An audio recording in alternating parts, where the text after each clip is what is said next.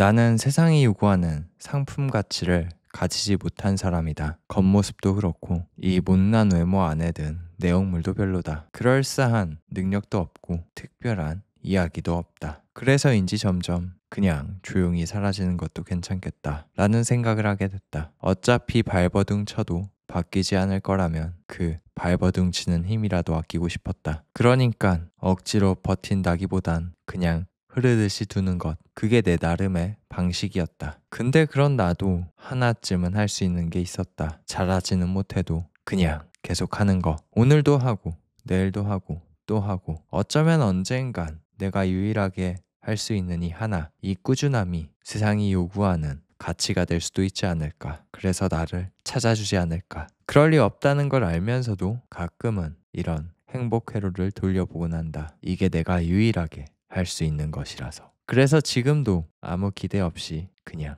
계속하고 있다.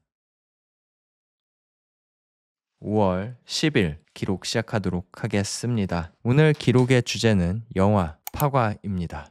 파과 정말 재밌게 보고 왔어요. 재밌게 보고 왔기 때문에 원작인 수설도 궁금해져서 이렇게 소설책도 샀습니다. 이제 이 기록이 끝나고 수설을 천천히 읽어볼 생각이에요. 수설을 읽고 나서 제 계획은 영화와 비교하는 기록도 해볼까 생각을 해보고 있습니다. 어쨌든 정말 재밌게 보고 온 영화 파가에 대한 기록을 이제 본격적으로 시작할 겁니다. 근데 기록이 시작되면은 이 영화에 대한 스포일러가 잔뜩 포함되어 있기 때문에 스포일러에 민감하다 하시는 분들은 뒤로 빠꾸 하시면 되고요. 민감하지 않다, 이 영화를 보고 왔다, 이 영화에 대해 수다를 떨어보고 싶다 하시는 분들은 저의 기록을 함께 누려보시면 됩니다. 그럼 바로 본격적인 기록 시작하도록 하겠습니다. 먼저 캐릭터와 배우분들에 대해 얘기를 해보도록 할게요. 가장 먼저 얘기하고 싶은 배우는 이혜영 배우님이에요. 극 중에서 조각이라는 캐릭터로 연기를 하시는데 굉장히 익숙한데 낯선 배우였어요. 익숙했던 이유는 여기저기서 굉장히 짧게 봐왔던 배우님이라서 익숙했고, 낯설었던 이유는 한 작품에서 이렇게 오랫동안 길게 보고 또 감정이 동했던 인물로는 처음이었기 때문에 낯설었어요. 그리고 이 익숙한 낯섦이 점점 더 긍정적인 형태로 변했고 나중에는 완전히 반해버렸어요. 진짜 조각이라는 캐릭터랑 너무나 찰떡이라는 느낌을 확 받았습니다. 진짜 강렬하고 정말 섹시했어요. 진짜 이 영화 자체만으로는 수설은 모르겠는데 조각을 위한 이혜영 배우님을 위한 영화였어요. 정말 강렬하고 정말 섹시해요. 다음 얘기하고 싶은 캐릭터는 김성철 배우님이 연기한 캐릭터예요. 중 캐릭터 이름은 투였거든요. 조각 캐릭터 다음으로 인상 깊었던 캐릭터고 굉장히 비중이 있었던 캐릭터예요. 하지만 이제 뒤에 더 자세하게 얘기할 건데 좋았던 점도 있지만 아쉬웠던 점이 더 컸던 캐릭터예요.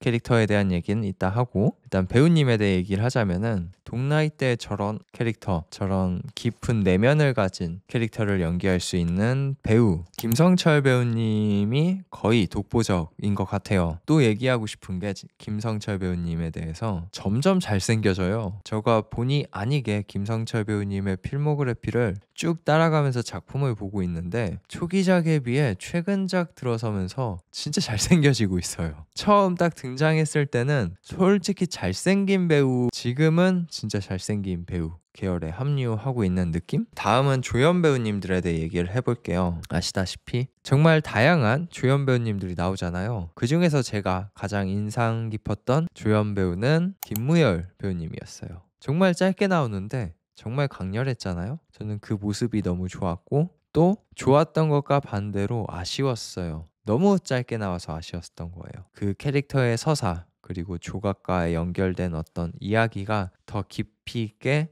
나와줬으면 어땠을까 하는 생각이 들었기 때문이에요. 짧아서 아쉬웠다. 좋았는데 이제 앞서 얘기했던 무트라는 캐릭터에 대한 아쉬움을 얘기를 해볼게요. 무트라는 캐릭터 굉장히 강력하고 굉장히 강렬한 캐릭터예요. 근데 이 캐릭터의 그 이야기의 중간이 없어요. 또 그 캐릭터가 갖고 있는 감정의 시작과 끝만 나와요. 또 그 캐릭터의 사연도 감정과 마찬가지로 시작과 끝만 있어요. 너무 설명이 부족한 캐릭터여서 그 강렬한 인상에 비해 몰입이 힘들었어요. 있고 왜 그 길까지 갔는지 좀 얘기해주면 안 되겠어? 라는 부정적 의문이 계속 들었던 거예요. 그 캐릭터를 볼 때마다. 부잣집 도련님이 오빠가 죽는 모습을 목격했다는 이유로 어쩌다가 킬러가 됐는지 납득이 안 돼요. 뭔가 텅 비어버린 느낌이에요. 좀 채워줬으면은 그 캐릭터에 더 몰입을 하고 감정적으로 더 동화할 수 있을 것 같았는데 그런 게 통으로 비어 있어서 굉장히 아쉬움이 많이 남는 캐릭터였습니다. 저는 제가 책을 산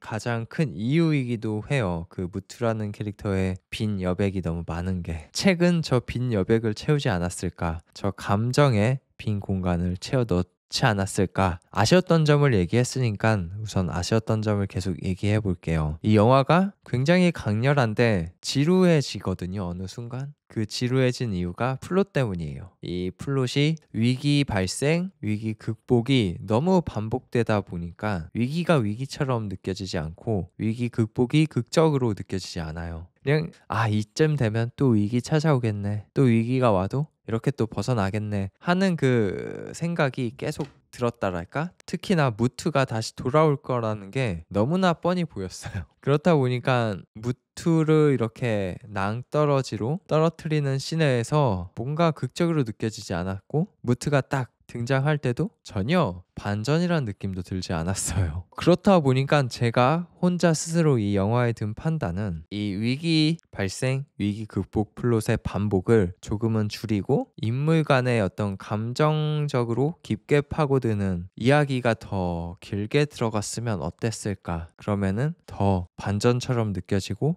그 위기 상황을 극복하는 때 더 극적으로 와 하면서 카타르시스를 느끼지 않았을까. 그러니까 오히려 액션을 다양하게 보여주는 것보다 감정적으로 더 깊이 있게 파고드는 이야기를 보여줬으면 더 좋았을 거라는 생각. 그리고 또 이러한 반복되는 플롯의 연장선으로 아쉬웠던 점을 이야기하자면은 마지막 전투씬이에요. 이제 마지막 전투씬이 저는 욕심이 너무 과했다라는 생각이 들어요. 그 총질 액션이 너무 과했어요. 그 전에 이제 칼 들고 보여주는 이제 격투 액션 씬은 선을 넘진 않았거든요. 그렇다 보니까 그 액션을 보여주는 캐릭터의 또 그 액션 씬에 자연스럽게 몰입이 됐어요. 근데 총질 액션에서는 그 선을 확 넘어버렸습니다. 특히 막 로프 타고 갑자기 말도 안 되는 총질을 보여주는 모습, 백발백중이야. 로프 타고 막 굉장히 흔들리면서 총질을 하는데 게다가 권총으로 저격총을 든 사람을 저격해서 쏴 죽여. 권총으로 진짜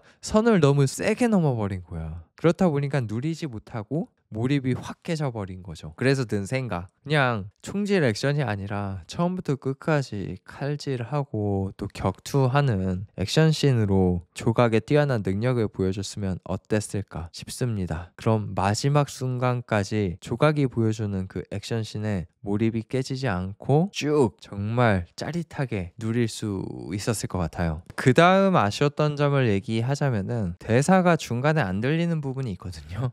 이거 좀 후시 녹음 좀 신경 써줬으면 좋았을 것 같은 부분이 튀어나옵니다. 대사가 안 들리니까 어떤 씬인지도 기억이 안 돼. 이래서 제가 항상 어필합니다. 한국 영화 관계자분들에게. 한국 영화도 극장 상영할 때 꼭 자막 좀 달아줬으면 좋겠습니다. 이게 마지막으로 아쉬웠던 점이었습니다. 정말 이 지점들 빼고는 다 너무 좋았어요. 자, 다 너무 좋았으니까 정말 좋았던 점들을 이제 얘기해보자면은 먼저 현실과 맞닿아 있는 대사 나와서 좋았어요. 그 현실과 맞닿아 있는 대사가 뭐였냐 하면은 조각이 어떤 위기에 휘말렸을 때 일반 소시민에 의해서 위기를 극복하잖아요. 근데 그 킬러들이 일반 소시민한테 도움을 받아선 안 된다는 조항이 있잖아요. 그리고 그 조항을 어기게 되면은 일반 소시민을 죽여야 한다 라는 규율이고요. 그래서 조각이 속한 조직이 일반 소시민을 죽이려고 하잖아요. 그때 조각이 그 조직원들한테 이런 식으로 얘기를 하죠. 이 규율과 법도가 일반 날파리 잡겠다고 한 규율과 법도가 아니다. 그렇게 죽이려고 하면 내가 니들 다 죽여버린다. 내가 다 맞겠다. 그 대사 제 딴에서는 굉장히 현실과 맞닿았다 느껴졌고 그래서 좋았습니다. 어떤 현실과 맞닿아 있냐. 우리나라 법이 있잖아요. 그 법이 일반 소시민들 잡겠다고 있는 게 아니잖아요. 근데 우리나라 판사들은 그 법을 일반 소시민들 잡겠다고 그 법에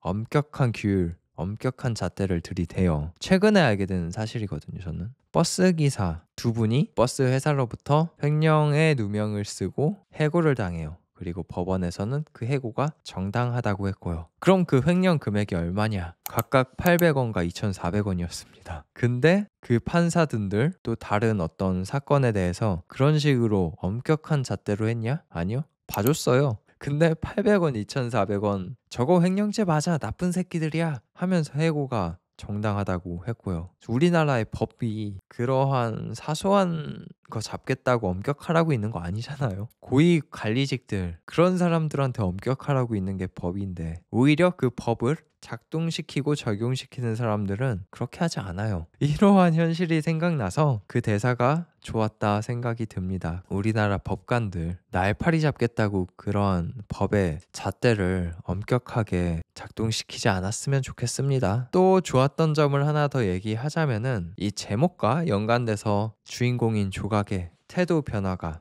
좋았어요. 처음에 저는 이 파과라는 제목이 살인 혹은 파괴처럼 그냥 굉장히 폭력적인 단어라고 생각을 했고 찾아볼 생각도 안 했어요. 근데 영화 중간에 파과의 뜻이 나와요. 상처 입어서 상품 가치가 없는 과일이라고 말이죠. 그 파과의 뜻을 알게 된 순간 느낌표 띠용. 아, 왜 파과라고 한지 알겠다. 조각이 계속 자신은 늙고 병들었기 때문에 그 조직의 세계를 은퇴하겠다 라고 하잖아요. 스스로 수동적으로 현 상황을 받아들이고 살아가려고 하잖아요. 그러다가 어떤 일련의 사건을 겪고 아니 나 파과처럼 겉모습만큼은 상품 가치가 없어 보이는데 파과처럼 그 내적으로는 더 달고 더 좋은 과일이야 라고 능동적으로 상황을 전환하잖아요. 나 계속 킬러 할 거야 이렇게. 그리고 영화 끝에서는 계속 정말 능동적으로 킬러 일을 하는 모습을 보여주고요. 그 지점이 정말 좋았어요. 저는 아 이거 저러한 메시지도 있는 정말 좋은 영화구나. 그러니까 그 전까지는 딱히 메시지는 있다고 느껴지지 않았어요. 근데 이 상황을 능동적으로 전환시키는 자세는 소설의 작가님 더불어서 이 영화의 감독님이 의도적으로 넣은 메시지다 판단이라서 좋았습니다. 네, 여기까지가 영화 파가에 대한 저의 기록이었습니다. 정말 재밌게 극장에서 본 영화였습니다. 정말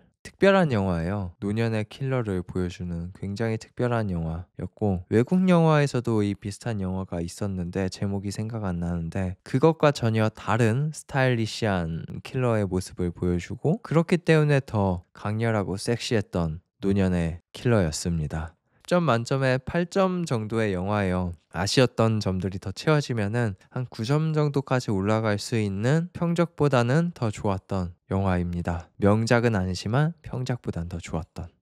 그럼 지금까지 저의 부족한 영화 파과에 대한 기록을 시청해 주셔서 정말 감사합니다. 더불어서 저의 기록이 계속될 수 있도록 어떤 특별한 버튼과 댓글을 남겨주시면 더욱 감사할 것 같습니다. 그럼 저는 여기까지 하고 물러나도록 하겠습니다. 끝까지 시청해 주셔서 정말 감사합니다. 그럼 안녕.